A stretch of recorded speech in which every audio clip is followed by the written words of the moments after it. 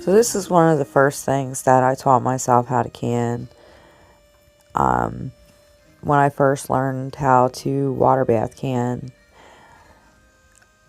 I ended up with about 30 jalapeno pepper plants, and they exploded on me. I had like hundreds of jalapeno peppers, and I was literally dragging buckets of jalapeno peppers into the house every day. And it was starting to freak me out because I was like, what am I going to do with all these fucking peppers? I was stuffing them into freezer bags and putting them in the freezer. Like, my freezer was just so full of peppers, and I was like, well, this just isn't going to work. So I had to figure something out. So that's when I discovered water bath canning, and it was perfect for me to be able to stash all these peppers. So this was one of the recipes that I ended up using, candied jalapenos. These are really good.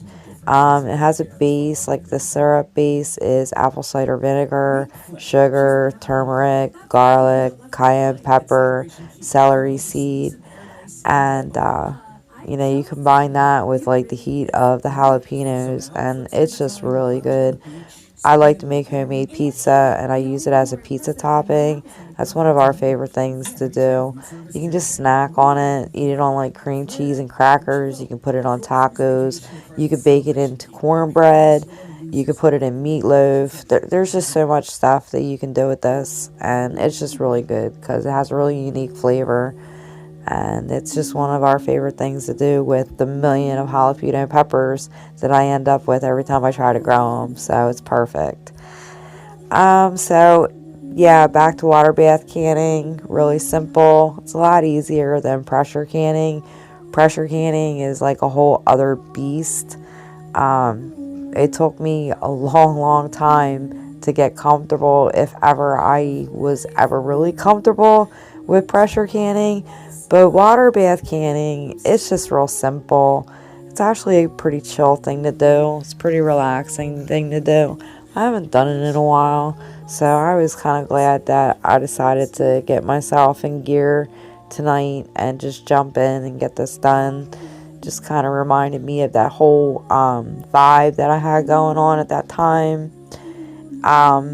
It's like freedom, it's like peppers in a jar could just represent so much to me at this time, and it just made me think of freedom. It's like a time where time didn't exist. I had no time, no clocks, no calendars, no days, no dates, no times.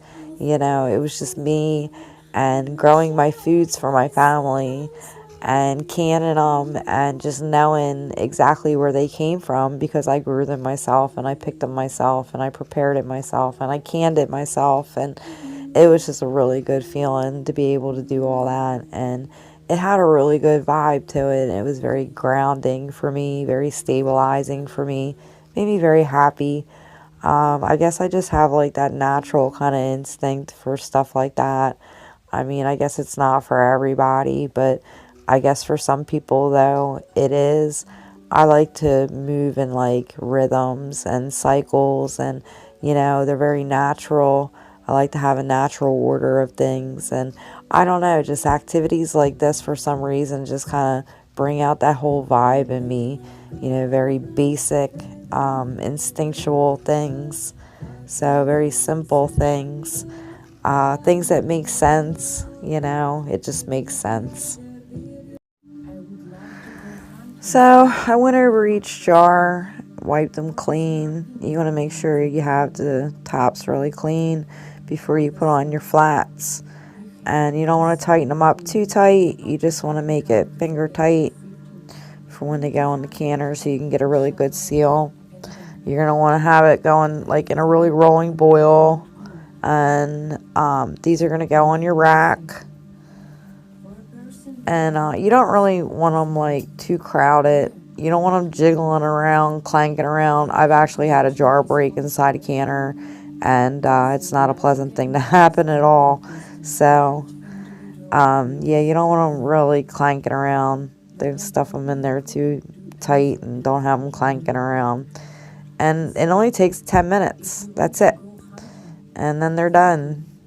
And then you're going to take them out. And when it's really fun when you line them up, you'll hear like each one's going to make like a little popping noise, and that's your final seal. So thanks for watching, and if you would